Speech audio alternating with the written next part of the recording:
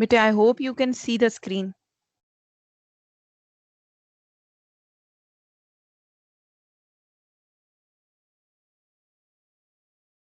Hussein and Tareem bete, can you see the screen? Yes, ma'am. Okay bete, we are still solving questions related to number sequences and patterns.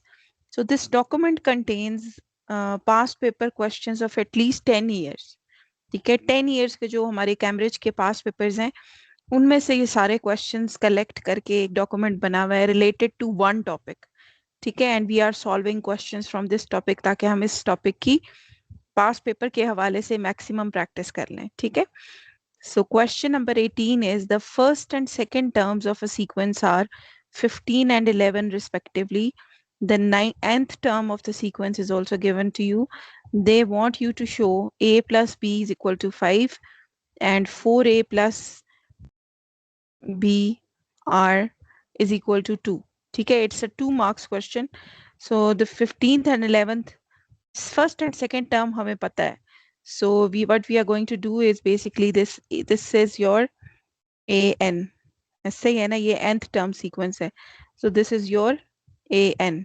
ठीक है, so you will say an is equal to 10 plus an plus b by n.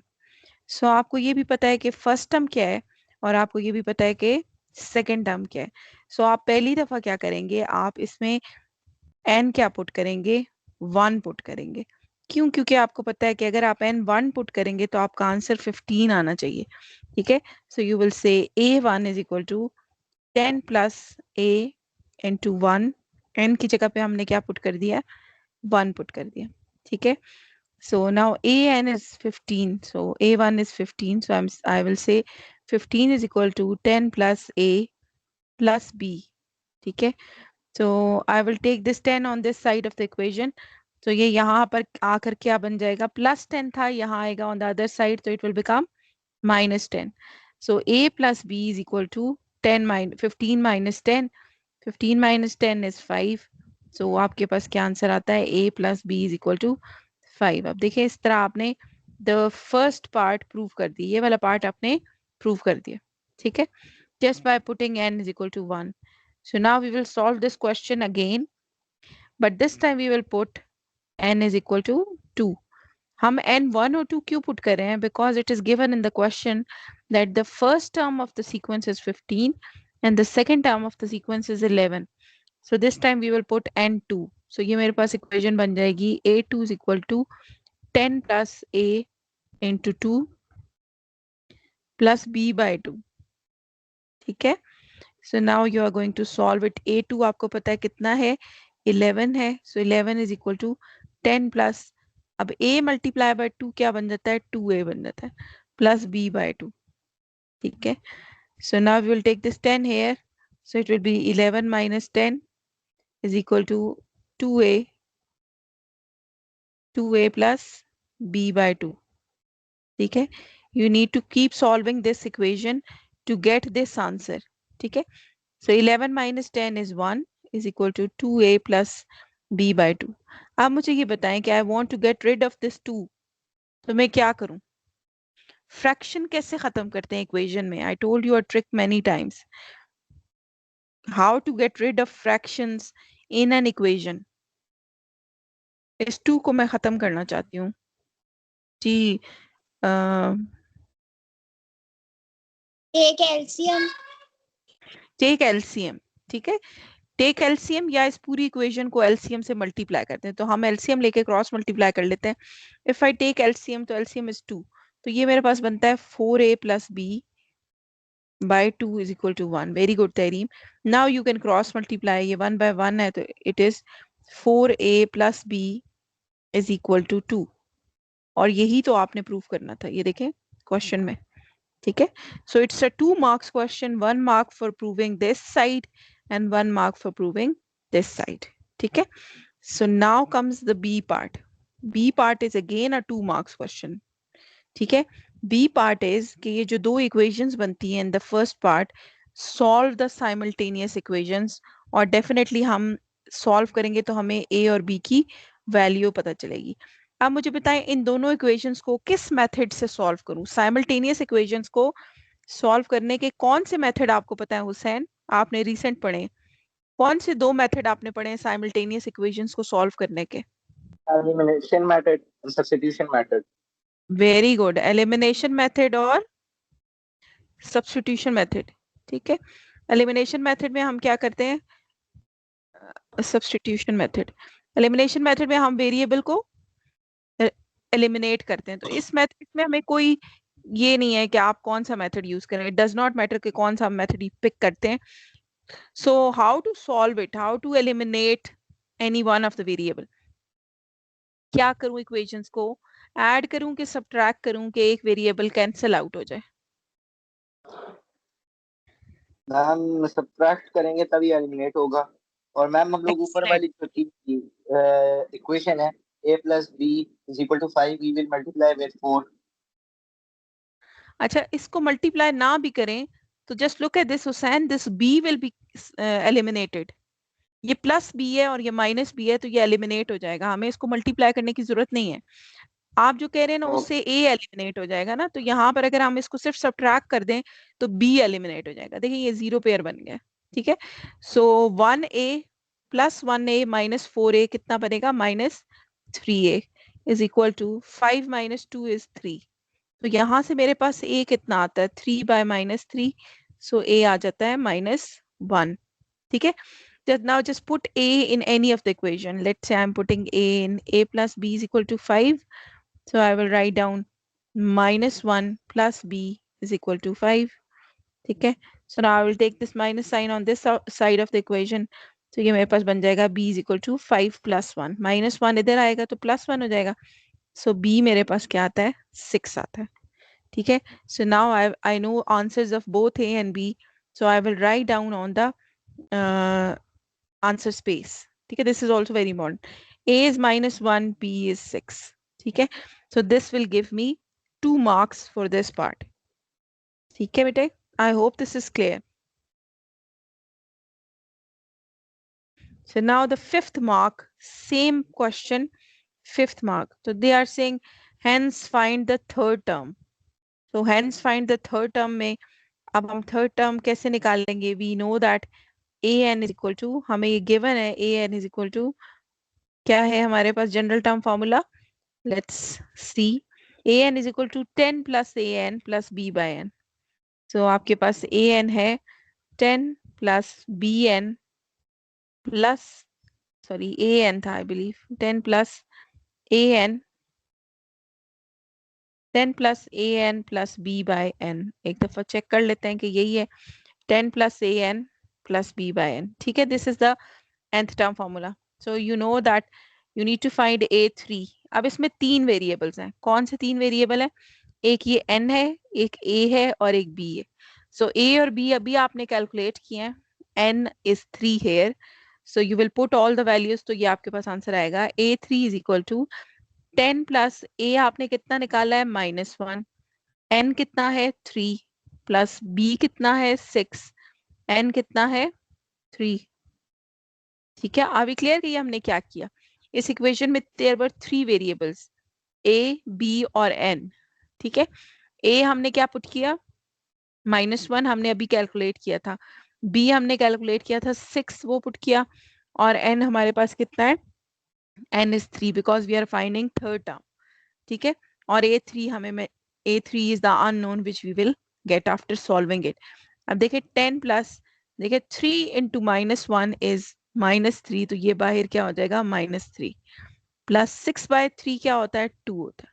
ठीक है, अब आप इसको left to right solve करें, 10 - 3 क्या होता है? 7 प्लस 2 करेंगे तो आपके पास आंसर आ जाता है 9। ठीक है, सो a3 of the sequence is 9। You will write down 9 in the answer space. ठीक है, कैम्ब्रिज के पेपर में हमेशा आपने याद रखना है writing the correct answer in the answer space is very important.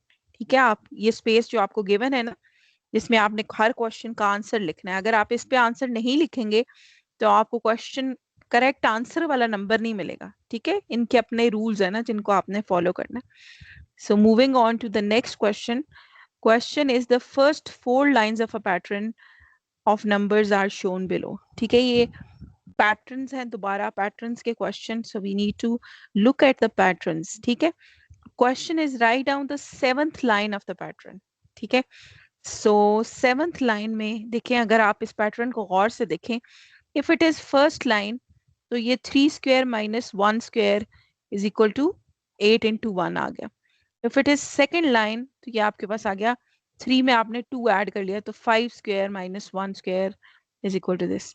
अगर ये थर्ड लाइन है तो ये 7 square आ गया, फोर्थ लाइन है तो ये 9 square आ गया. ठीक है, अब अगर फिफ्थ लाइन होगी तो what will come here, fifth line में ये क्या आएगा 9 के बाद 3 5 7 9, तो फिफ्थ लाइन में यहाँ पर क्या होगा 9 की जगह पर? तहरीम और हुसैन, फर्स्ट लाइन में 3 है जी बेटे, फिफ्थ लाइन में क्या होगा? 4 11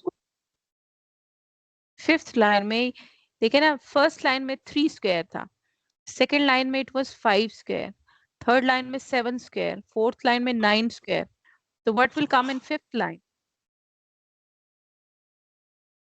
10 इसकी बात हो रही है, मैम सिर्फ इस फिफ्थ कॉलम लाइन में 11 स्क्वायर होगा ना? 11 स्क्वायर होगा. ठीक है, we are skipping one number, 9 के बाद हमने 10 को छोड़ा, 11 लिख दिया. तो सिक्स लाइन में क्या होगा यहाँ पर? 6 लाइन में 13 स्क्वायर और सेवंथ लाइन में 15 स्क्वायर. 15 स्क्वायर. ठीक है, इसका मतलब है कि सेवंथ लाइन में, यानी उन्होंने हमसे पूछा कि सेवंथ लाइन में क्या होगा. सेवंथ लाइन में सबसे पहले तो आएगा 15 स्क्वायर. अब माइनस का साइन आएगा बिकॉज इन जी. सब में माइनस का साइन है.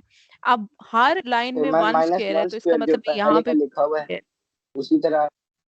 जी, one square is a constant, तो ये यही रहेगा. अब इक्वल का साइन आ गया. अब देखिए आगे सब लाइंस में यहाँ पर क्या है 8 है, तो इसका मतलब है सेवंथ लाइन में भी यहाँ पर क्या होगा 8 ही होगा.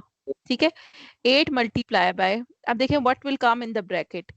फर्स्ट लाइन में 1 था, सेकेंड लाइन में 1 + 2 था, थर्ड लाइन में 1 + 2 + 3 था, फिर 1 + 2. अब सेवंथ लाइन में क्या होगा यहाँ पर? 1 2 3 1 + 2 + 3 + 4 + 5 + 6 + 7. एक्सीलेंट. सो ये जितनी जितनी लाइन नंबर है उतने आपने नंबर्स ऐड करने हैं. तो ये सेवंथ लाइन है तो इसमें 1 से लेकर 7 तक सारे नंबर्स आप ऐड करेंगे. ठीक है, अब देखें in the B part they are saying write down an expression in terms of n to complete the nth line of the pattern. अब यहाँ पर उन्होंने ऑलरेडी आपको जो लेफ्ट हैंड साइड है ना, सॉरी राइट हैंड साइड, वो already solved है. देखें, can you see it's already written 8 multiply by 1 till n add करना है. अब आपने इसका मतलब है ये वाली साइड लिखनी है. अब अगर आप इस साइड को देखें, आपने ये वाला पैटर्न बनाना है. Let me change the colour ताकि आपको पता चले. आपने इस साइड का पैटर्न इस वाले कॉलम का पैटर्न बनाना है. ठीक है, अब यहाँ तो मुझे पता है कि ये -1 का स्क्वायर ही होगा बिकॉज ये कांस्टेंट है. ये चीज क्लियर हुई है? यहाँ पर तो 1 का स्क्वायर ही होगा बिकॉज ये सब में 1 का स्क्वायर ही था. ठीक है, इट्स अ कांस्टेंट वैल्यू. अब यहाँ पर किस चीज का स्क्वायर है ये मुझे फाइंड करना है, यानी कि मुझे ये तो पता है कि यहाँ पर किसी का स्क्वायर आएगा क्योंकि ये सब में स्क्वायर है, लेकिन किसका स्क्वायर आएगा वो मुझे कैलकुलेट करना है. तो I will pick this sequence. देखिए इस सीक्वेंस को मैं लिख रही हूँ, तो I am using the space below. ठीक है, मेरे पास सीक्वेंस है 3 5 7 9 एंड सो ऑन. ये सीक्वेंस मैंने कहाँ से ली है? ये इन नंबर से ली है 3 5 7 9. Can you see on your screen बेटे? आर बी क्लियर कि ये सीक्वेंस कहाँ से ली?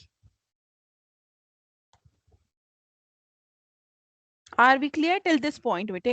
If there is any question you can ask me right now. Are we clear कि ये सीक्वेंस कहाँ से ली है 3 5 7 9? ठीक है, so now we need to find out the nth term formula for this sequence, क्योंकि जो इस सीक्वेंस का फॉर्मूला है वो यहाँ पर आएगा. ठीक है, so I need to use the formula कि an is equal to a1 plus n minus 1 into D. It's an arithmetic sequence, so I can use the formula. A1 की value is 3. First term of the sequence. N minus 1 ऐसे ही रखेंगे और D की value क्या है 5 minus 3. तो 5 minus 3 is 2. ठीक है, अब इसका expand करेंगे तो ये आपके पास आ जाएगा 2n minus 2. ठीक है, so the general term formula आपके पास इन numbers का क्या आता है 2n plus 1. सो इसका मतलब है यहां पर आप क्या लिखेंगे 2n plus 1 का whole square. Is this clear कि how we have solved it for nth term formula? ठीक है, I hope both of you are clear.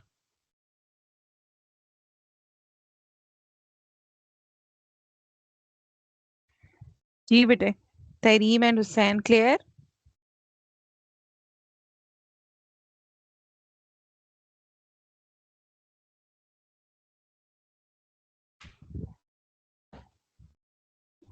So let's move on to next question. ठीक है, so next question is that here are the first 4 terms of the sequence 7, 11, 15 and 19. ठीक है, 7, 11, 15 and 19.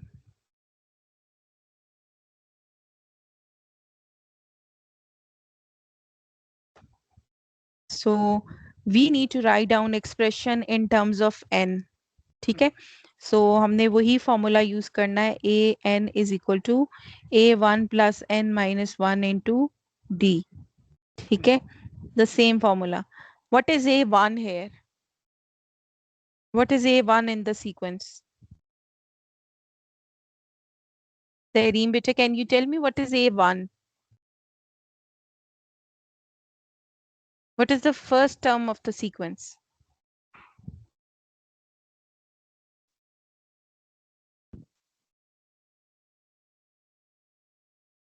7. 7, very good. Plus n minus 1. So Hussein, can you tell me what is d? What is d in this sequence? Ma'am, D 11. d कितना होता है? d होता है second term minus first term, तो d कितना होगा बेटे? Ma'am,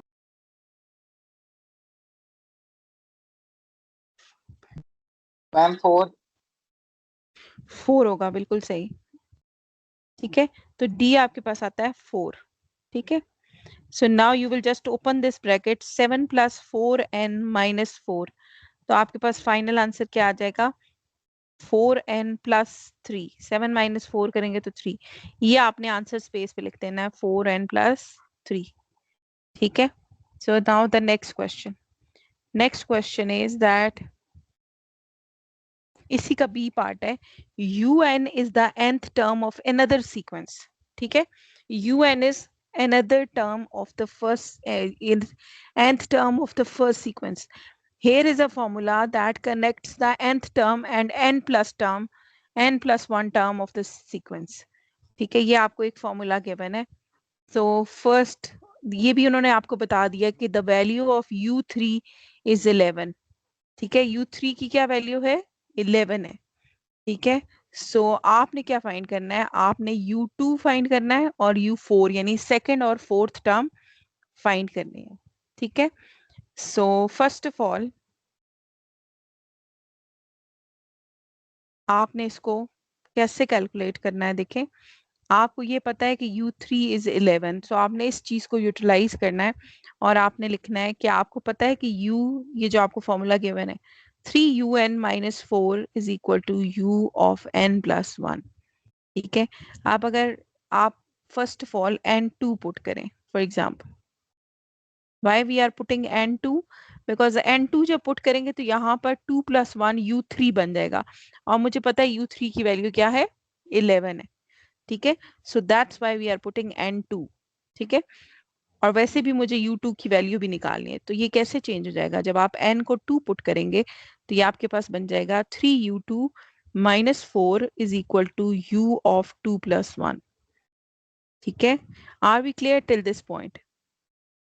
Arosh beta, you have recently joined, so are you clear कि how we are going to solve it? We have our formula was given and they are asking, and we know the value of u3. U3 is what? U3 is the third term of the sequence. We know that the third term is 11.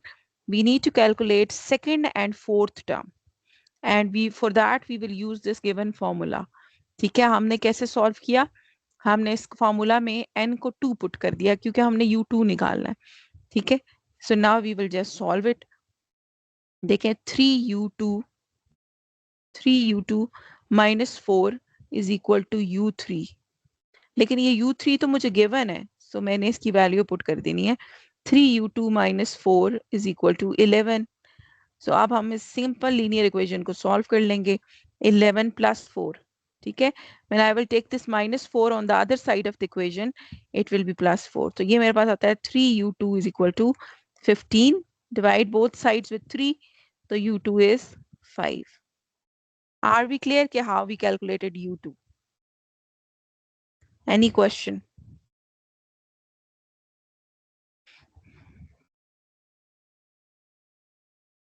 जी बेटे, any question? Are we clear कि how we calculated u2?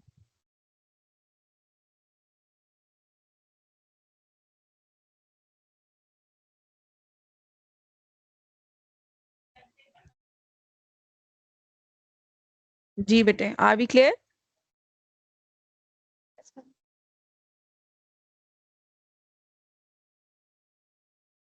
So now we need to find out u4.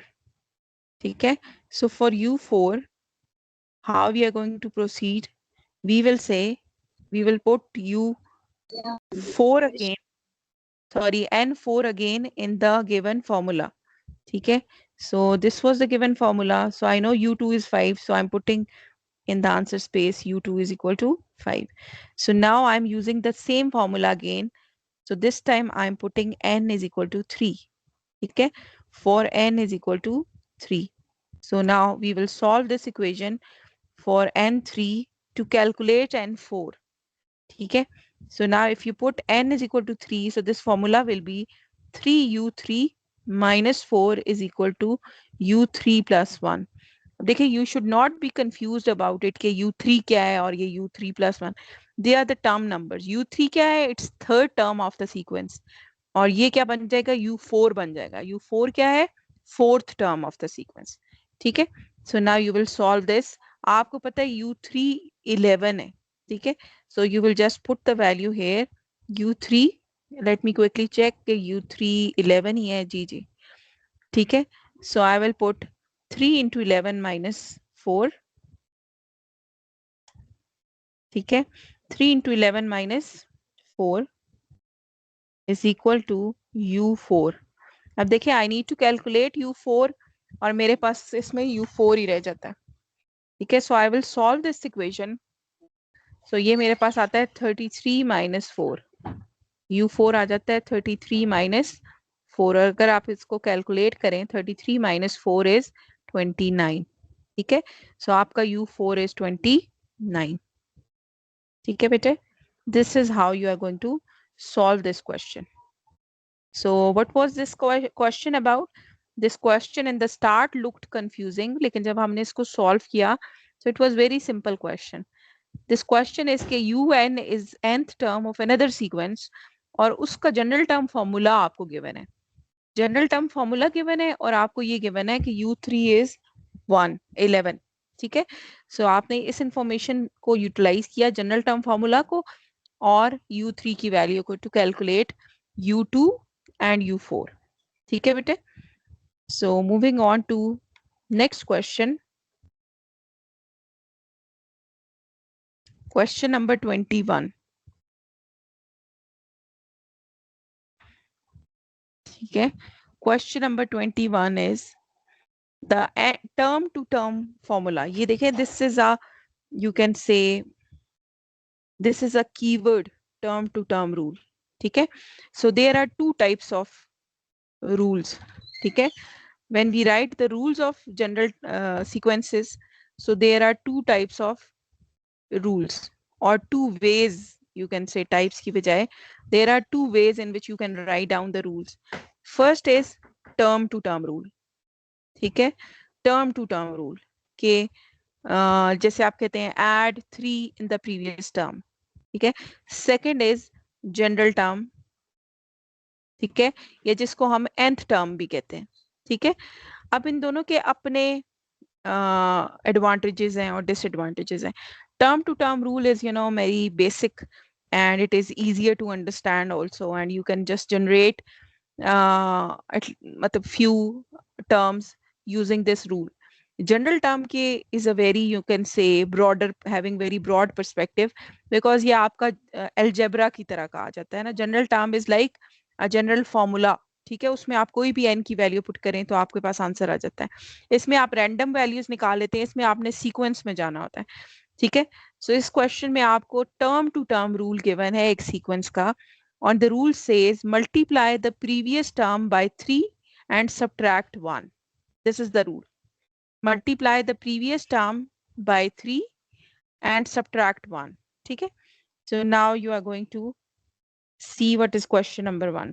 A part. The first 3 terms in the sequence are 1, 2 and 5. Write down the next 2 terms. So अगर 1, 2 and 5 हैं, what will come next? Who can tell me? 5 के बाद क्या होगा? Multiply by 3 and subtract 1. So यहाँ पर अगला number क्या होगा?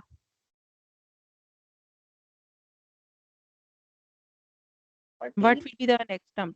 Sorry? 14? Marosh, are you saying 14? Yeah. Yes.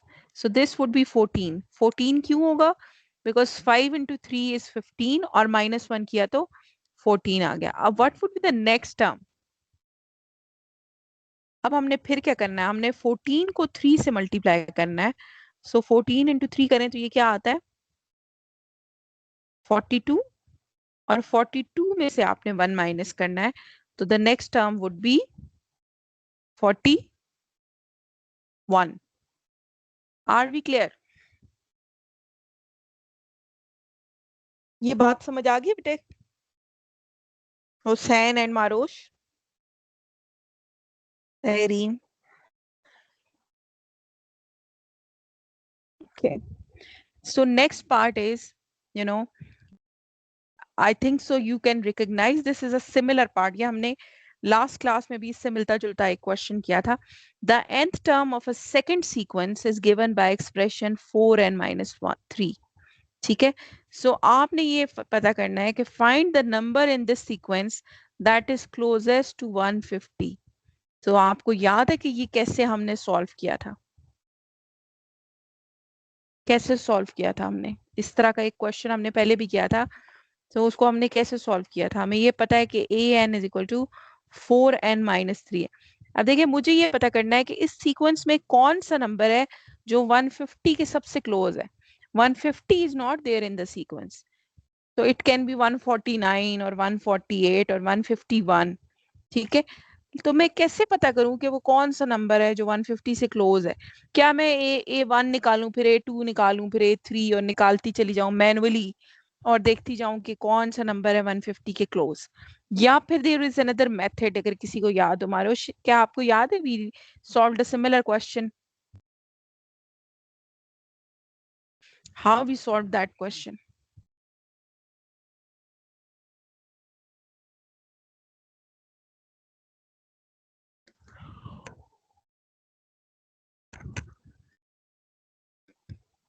If you cannot remember, so then I can explain it again. But if you remember it, so can you tell me, bete? Marosh? I don't remember properly. Oh, all right. So how we are going to solve? देखिए बेटे, आपने याद रखना है, पहले आपको question समझ आ जाना चाहिए. So if there is any question and understanding of the like question statement, तो आपने मुझे बताना है. देखिए, question is that the nth term formula is given. ये आपको formula given है एक sequence का. Now they are asking you कि इस sequence में कौन सा नंबर है जो 150 के सबसे क्लोज है. इसका मतलब है 150 is not there in the sequence, ठीक है. 150 नहीं है, लेकिन आपने निकाला, let's say 149 is the closest number, or maybe 147 is the closest number or 152 is the closest. आपने इस 150 से closest इस तरह का क्वेश्चन हमने पहले भी किया है. अब देखिए ये क्वेश्चन रिपीट हो रहे हैं पास्ट पेपर्स में, तो आप इसकी जितनी प्रैक्टिस करेंगे इतने ही फेमिलियर आप होते जाएंगे इन क्वेश्चन से. इस क्वेश्चन को सॉल्व करने के लिए हमने इधर ए एन की जगह पे 150 पुट किया था.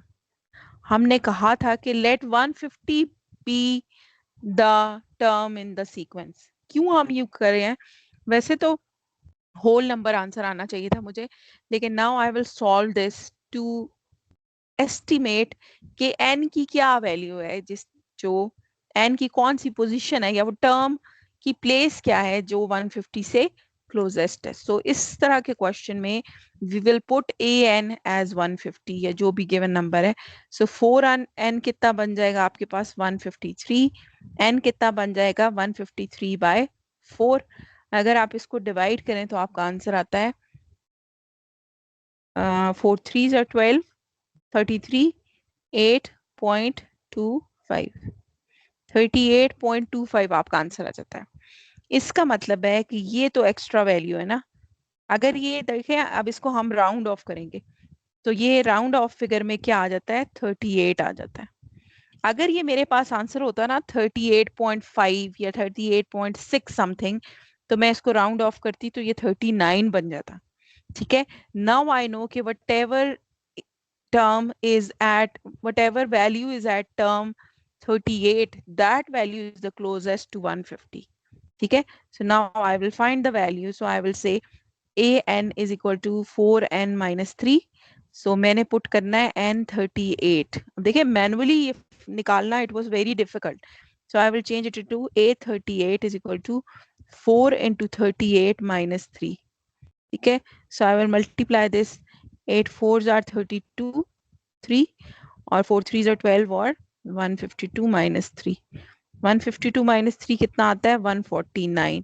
इसका मतलब है कि इस सीक्वेंस में जिसका general term formula is 4n minus 3, इसमें 38 नंबर पे जो वैल्यू आती है 149, that is closest to 150.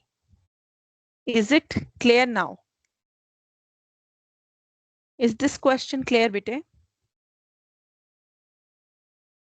Marosh, is it clear now? Yes. Okay, bete. So this is how you are going to solve when there is any question जिसमें वो आपको एक general term formula दे देते हैं और आपसे कहते हैं कि ये इसमें any number is closest to, इससे सबसे closest number कौन सा है सीक्वेंस का. So you need to use the same method. और this question is coming second time in this document. ठीक है. So next question is the nth term of a different sequence, not this sequence. ठीक है. The nth term of a different sequence is given by expression n square plus 1. ठीक है. So हमारे पास an क्या है? An is n square plus 1.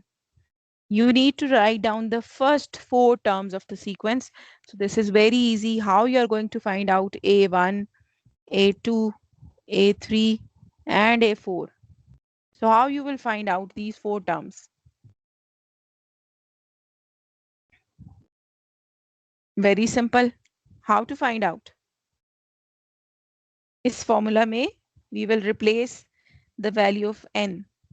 So for a1, this would be 1 square plus 1. For a2, this will be 2 square plus 1. For a3, this will be 3 square plus 1.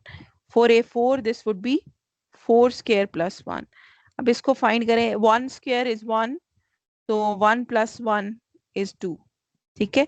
2 square is 4. Plus 1, it's 5. 3 square is 9. ये आपने याद रखना है. 3 square is not 6. 3 square is 9. 9 plus 1, it is 10. Now 4 square is 16. 16 plus 1, it is 17. अब देखिए आपने answer space पे, it's 1 mark question, answer space पे आपने क्या लिख देना है? 2, 5, 10 and 17. So writing the correct answer on the answer space is really very important in the Cambridge exam. ठीक है. So moving on to next question. Next question is that there is a sequence given to you. ठीक है. A sequence is given to you. you need to write down nth term of the sequence. ठीक है, अब आपने sequence की nth term लिखनी है. अगर ये sequence if the sequence is arithmetic sequence, so फिर तो हम ये फॉर्मूला यूज कर लेंगे. लेकिन can you see if there is any rule? 0 is turned into 3. Let's say हम सोचें ये +3 है, लेकिन यहाँ पर इट्स +5 और यहाँ पर it is +7. So it is a kind of arithmetic sequence, लेकिन d is not constant. ठीक है, d is changed every time. ठीक है, पहले d 3 था, फिर 5 था, फिर 7 था. इसका मतलब है d में भी एक पैटर्न है जो कि फॉलो हो रहा है. ठीक है, सो इस तरह की सीक्वेंसेस का जो जनरल टर्म फॉर्मूला होता है वो हम किस तरह बनाते हैं, वो हम लॉजिकली बनाते हैं. ठीक है, so how we are going to do that, we will see the pattern. ठीक है, सो पैटर्न हम देखेंगे कि क्या है. ठीक है, अब देखिए इसमें वी विल कंपेयर 3 थिंग्स. हम क्या क्या कंपेयर करेंगे? एक हम कंपेयर करेंगे टर्म नंबर. ठीक है, टर्म नंबर इज इंपॉर्टेंट. ठीक है, फिर हम क्या कंपेयर करेंगे? हम कंपेयर करेंगे लेट्स से डी.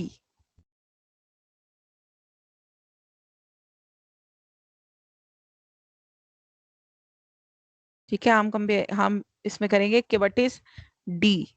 तो फिर हम क्या करेंगे?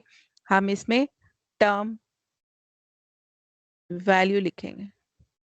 ठीक है, अब देखिए I am just trying to help you realize कि हम बाज़ औक़ात फॉर्मूलाज जो होते हैं ना, जनरल टर्म फॉर्मूलाज, वो हम पैटर्न के थ्रू देखते हैं. बाज़ औक़ात सीक्वेंसेस में हम फॉर्मूला यूज करना इज नॉट इम्पॉर्टेंट, बल्कि हम उस पैटर्न को ढूंढते हैं जिस पैटर्न के थ्रू ये चेंज हो रहा है, जो कि हमें मिल गया ऑलमोस्ट के 3 ऐड हो रहा है, फिर 5, फिर 7. अच्छा, अब if the term number is 1 2 3 and if the term number is n, क्योंकि हमने nth टर्म फॉर्मूला बनाना है. अब देखिए what is d for the first term. First term के लिए तो इट्स 0 और यहाँ पर आपके पास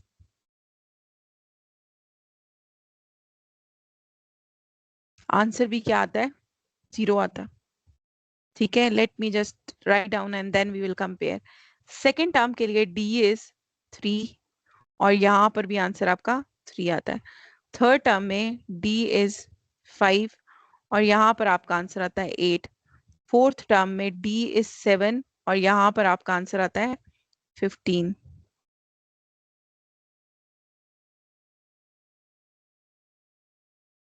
अच्छा, इसमें ये d से कंपेयर नहीं होगा.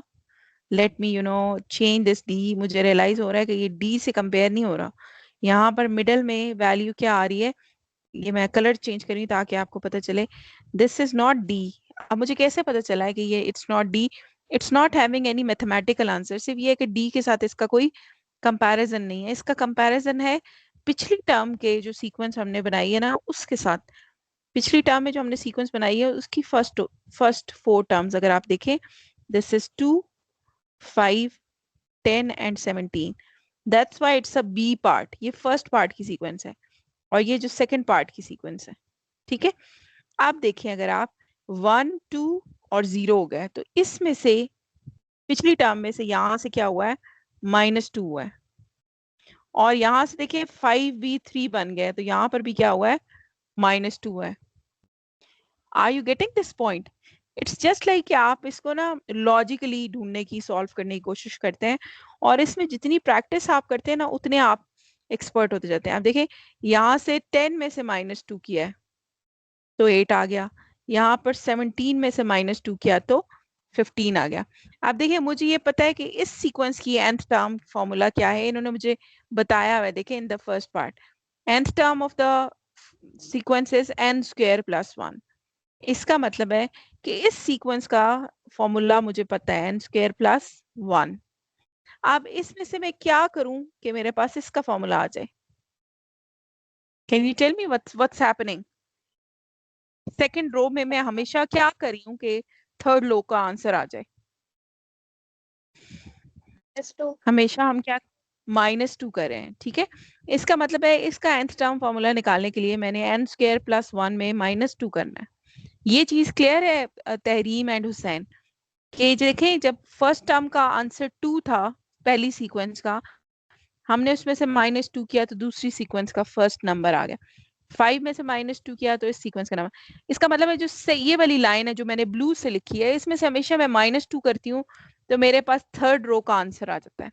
तो इसलिए ये फॉर्मूला मुझे क्वेश्चन में गिवन n² + 1, तो मैंने सिंपली उसमें से -2 कर दिया to get the answer of the third one. तो ये मेरे पास n² - 1 आ जाता है and this is your answer. जी बेटे, are we clear till this point? Hussain, Tareem, okay. All right. So I got your responses. Moving on to the next one. So question is, a sequence is given to you, a diagram is given to you showing small black and white squares in arrangement to form a large square. ठीक है, आपके पास diagrams given है. So there are black and white squares and these squares are joined together to form a big square. ठीक है. So in the first part you need to show the number of white and black squares in the each diagram. अब देखिए 3 figures की diagram आपको solve करके दी हुई है. क्या क्या चीजें उन्होंने आपको सॉल्व करके दी हैं? Black squares, white squares and the total. So we are having 3 things: black squares, white square and the total number of squares. अब देखिए these 3 are the different sequences. ठीक है. अगर आप इसको गौर करें 5, 13, 25. So is there any pattern? 5 turned into 13. So let's try to find out the pattern. What's going on here? 5 turned into 13. तो क्या हो रहा है ये?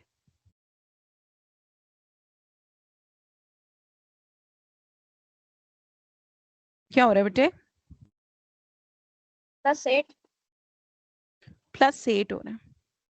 So now this +8 like 13 turned into 25. तो यहाँ पर प्लस क्या हो रहा है? 12 हो रहा है. So what will be added next to get this number?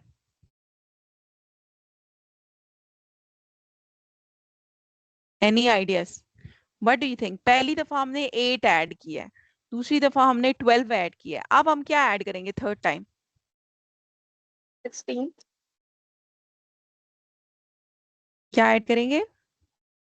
16 add करेंगे. 16 ऐड करेंगे. तो अगर आप इसमें 16 ऐड करें तो ये आपका आंसर आता है 41. इसका मतलब है if you will draw the fourth diagram, so आपके पास जो ब्लैक स्क्वायर्स हैं वो 41 होंगे. ठीक है. So you will not draw it actually because it is just a minor question, छोटा सा क्वेश्चन है. आप इसको ड्रॉ करेंगे तो it will take you a lot of time. हम इसमें एक पैटर्न ढूंढने की कोशिश करें. ठीक है. अब देखिए now let's look at the black squares. तो black squares term first sequence में थे 4, फिर वो हो गए 12 और फिर वो 12 से 24 हो गए. So what's going on here?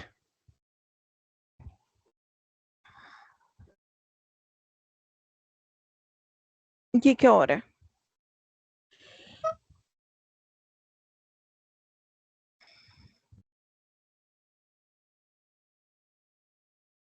Four थे, फिर आपने कितना ऐड किया?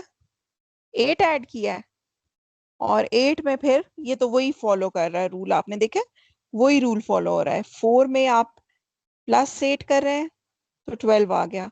12 में आप +12 कर रहे हैं तो आपके पास ये तो ऊपर वाला ही पैटर्न हो गया ना. कैन यू सी कि ये वही पैटर्न है. अब आप 24 में क्या ऐड करेंगे बेटे?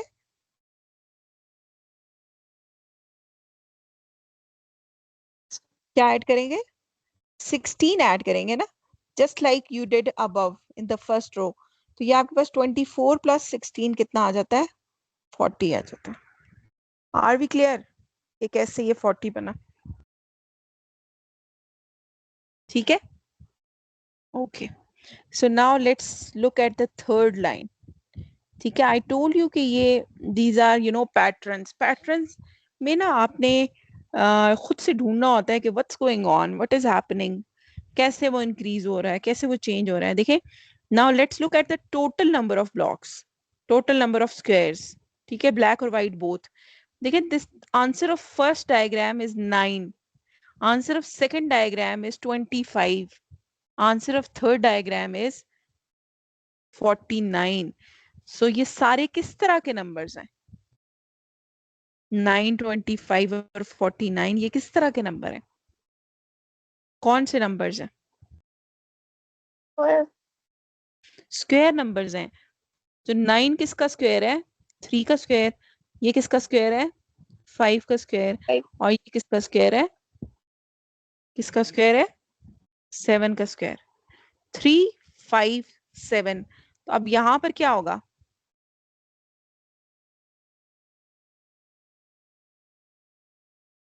तहरीन, कैन यू टेल मी बेटे? दिस वाज स्क्वायर ऑफ 3, फिर 5, फिर 7. अब अगला नंबर किसका होगा? किसकी बारी है?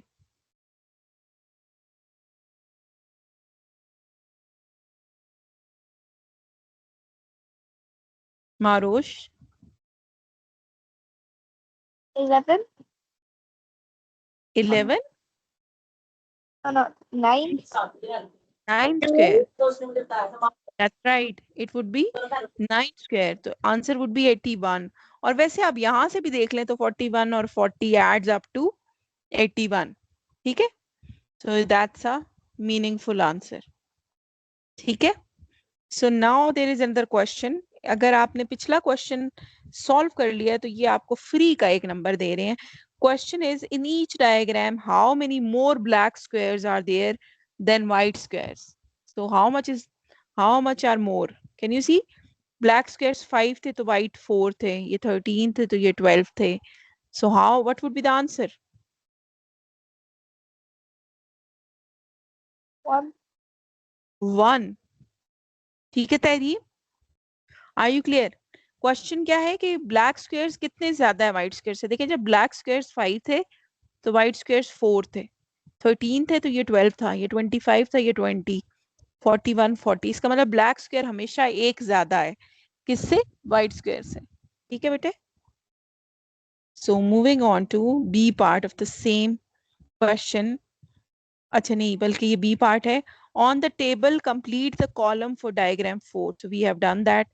ठीक है, write down an expression in terms of n for the total number of black and white squares. जी, सो इसके लिए हमने एक nth टर्म फॉर्मूला बनाना है. अच्छा, अब आपने ये याद रखना है कि अगर मैं ये सीक्वेंस ऐसे लिखूं ना, सो अगर मैं ये सीक्वेंस लेट से इस तरह लिखूं ना कि 9, 25, 49, 81 एंड सो ऑन. सो ये सीक्वेंस क्या अरिथमेटिक है? What do you think Marosh? Is it arithmetic sequence अगर मैं ये इस तरह वैल्यूज लिखूं?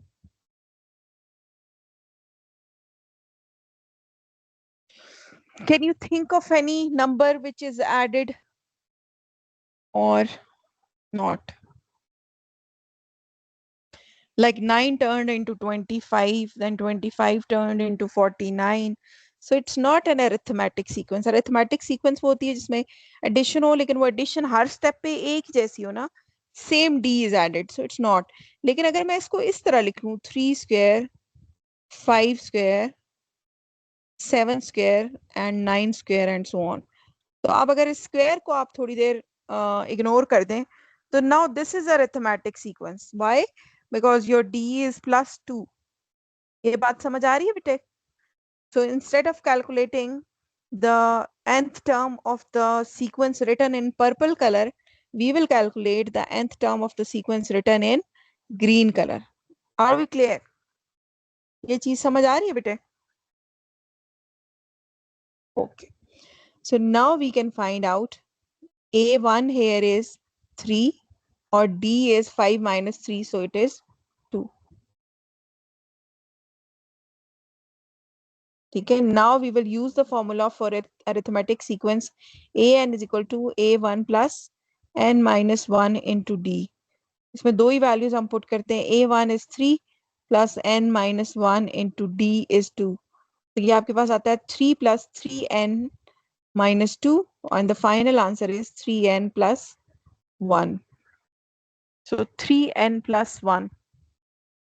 Oh, sorry, 2n. I'm sorry, ये मैंने गलत लिख दिया है, 2n plus 2n है ये. 2 is multiplied with n ना. So आपका आंसर आता है 2n plus 1. अब इसको हम एक दफा वेरीफाई कर लेते हैं. Let's say हम कहते हैं कि let's say अब हमें पता है the fifth term is 11 square. तो मैं इसमें n 11 पुट करती हूँ. सॉरी, इसका होल स्क्वायर भी होगा ना, इसका हमने स्क्वायर भी लेना है.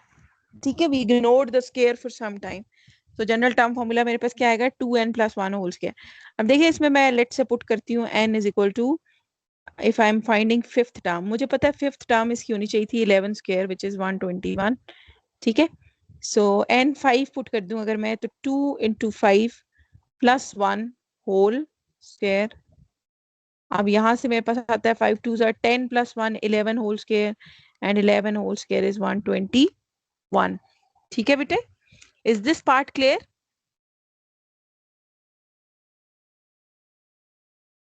Marosh and Tehreem, okay, excellent. So moving on to next part. Next part is again a question of pattern. ठीक है, so आप you have realized कि pattern जो होता है that is not a pattern of figure only.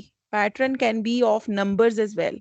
ठीक है, pattern is a general term in math जो numbers as well as diagrams दोनों के लिए use होती है. पिछले question में there was a diagram और next question में there is a pattern of numbers. अब देखिए रो 1 is 1 by 1 into 2. This is row 1. This is row 2. So row 3 and row 5. ठीक है, so we need to write down row 10. So what will be row 10?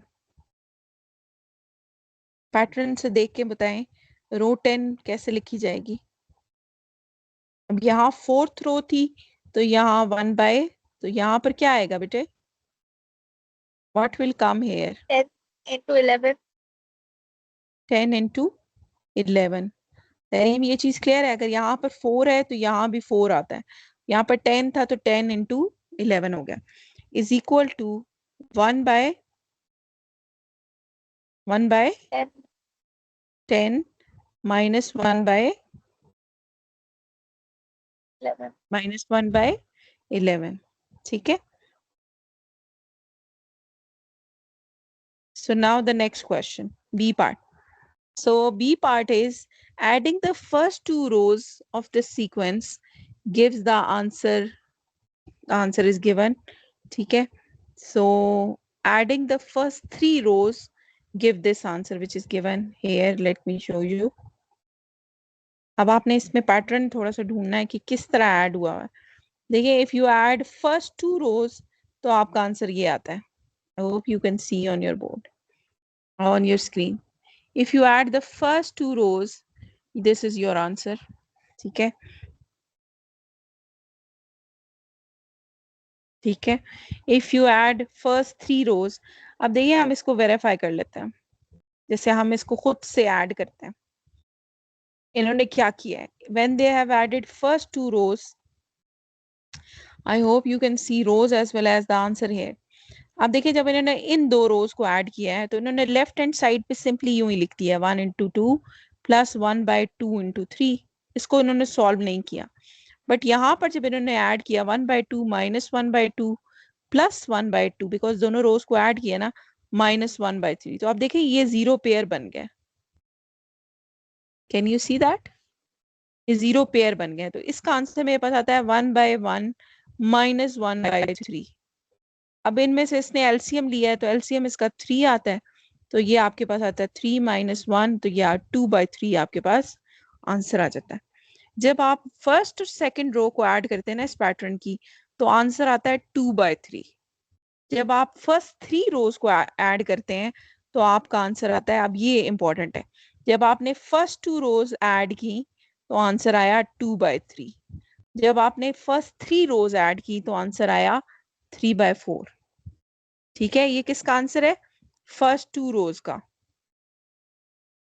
और ये किसका answer है? First 3 रोज का। अब आपको पैटर्न एक नजर आ रहा है कि जब फर्स्ट 2 रोज ऐड की तो आंसर 2/3 आया, जब फर्स्ट 3 रोज ऐड की तो आंसर 3/4 आया। Are we clear about it? ये पैटर्न समझ आ रहा है कि ऐड करने में they are having pattern. So they want us to write down what would be the result of adding first 4 rows. So can you guess? It is 1 mark question. We don't want to add it, you know. We will see the pattern. क्या होगा? What will be the answer of adding 4 rows? यहाँ पर तो ये इसी तरह आ जाएगा 1/1 into 2 plus 1/2 into 3 plus 1/3 into 4 plus 1/4 into 5। ये आपने पहली 4 रोज को ऐड कर दिया। What will come on this side? अब आप पैटर्न को देखते हुए मुझे बताएं। हमने कैलकुलेट नहीं करना, हमने आंसर बताना है। 2/3 3/4। अब यहाँ पर क्या आएगा आरोश?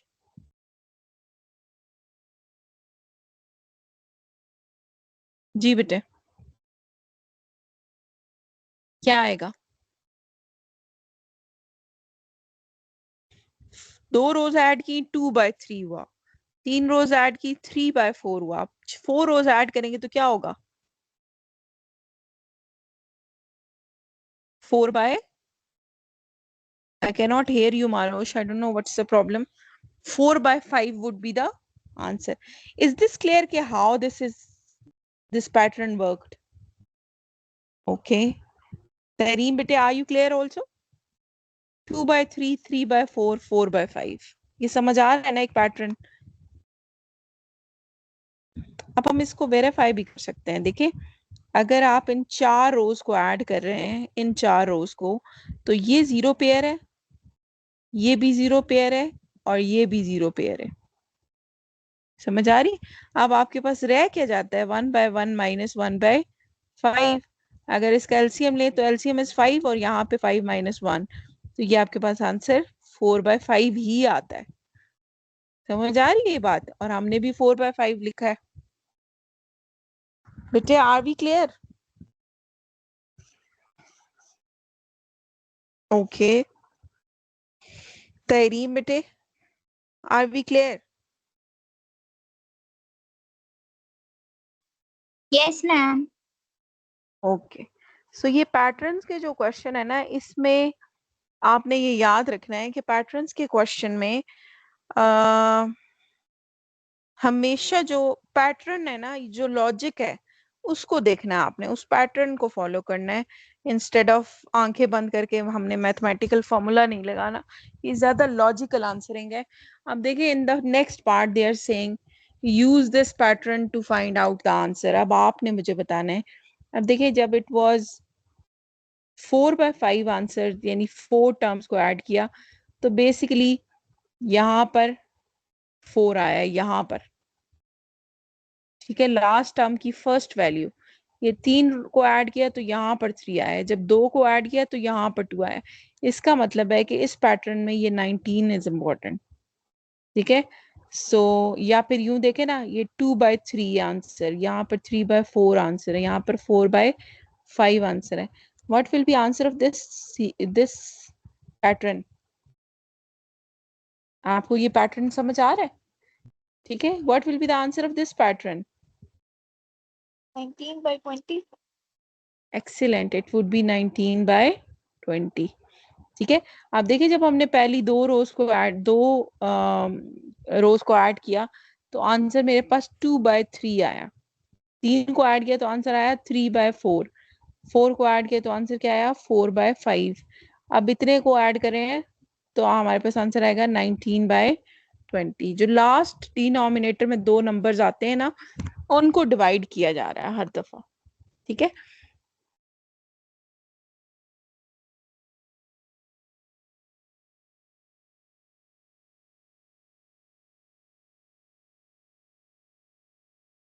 जी बेटे, आप बताएं इसका आंसर। अब इन्होंने इसी क्वेश्चन को, जस्ट लुक एट दिस, कि कितने नंबर हो चुके हैं।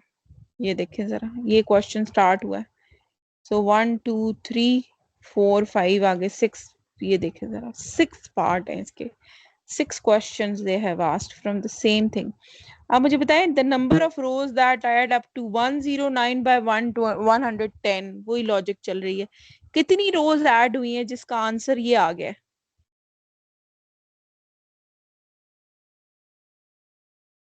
तो कितनी रोज ऐड हुई हैं, हमने सिर्फ आंसर लिखना है, 1 मार्क क्वेश्चन.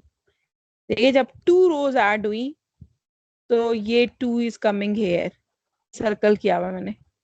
ये कितनी रोज ऐड हो रही हैं? 109. Tareem, what do you think?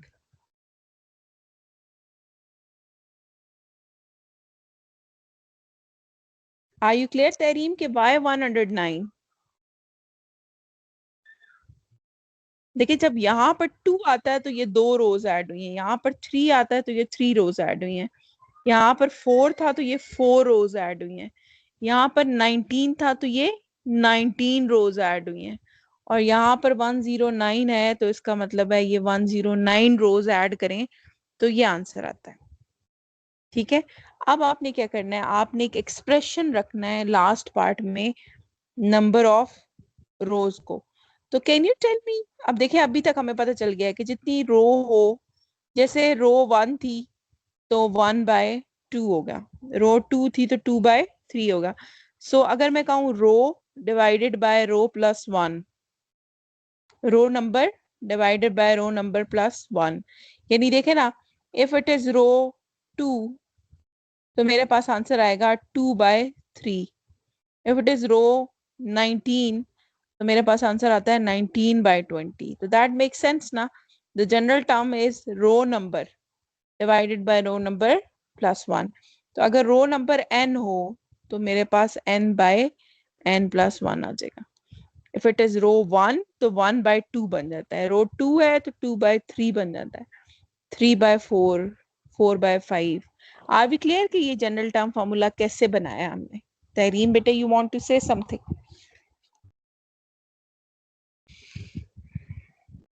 जी बेटे, समझ आई?